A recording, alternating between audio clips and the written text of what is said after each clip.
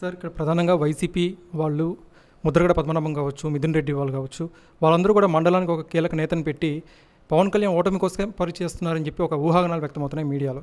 అవి ఎంతవరకు వాస్తవం సార్? నిజంగానే వాళ్ళు ఇక్కడ వచ్చి పవన్ కళ్యాణ్ ఓడించే సత్తా వాళ్ళకు ఉందంటారు?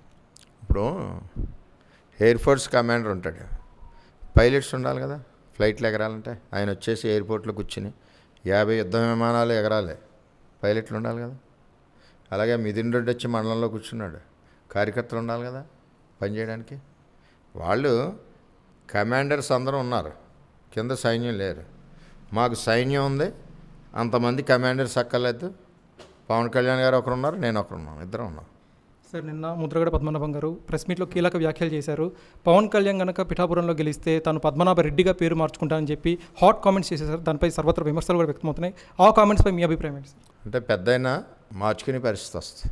ఓకే, సో ఫైనల్లీ పిఠాపురంలో ప్రజా సమస్యలు కొన్ని ఉంటాయి, మీకు చాలా ఎక్కువే తెలుసుంటాయి ఇక్కడ సమస్యల గురించి.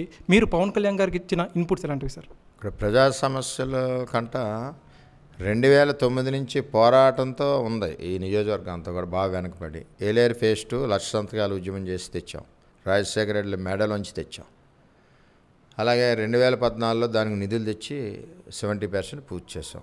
14లో పురుషోత్తపట్నం చంద్రబాబు నాయుడు గారి పాదయాత్రలోంచి పుట్టింది. రైతులందరూ కూడా ఆయన కౌగులించుకుని కళ్ళనీళ్ళు పెట్టుకుంటే పంటలు లేవనుకుంటే పురుషోత్తపట్నం తెచ్చాం. 5 సంవత్సరాలు సస్యశ్యామలంగా పండించాం.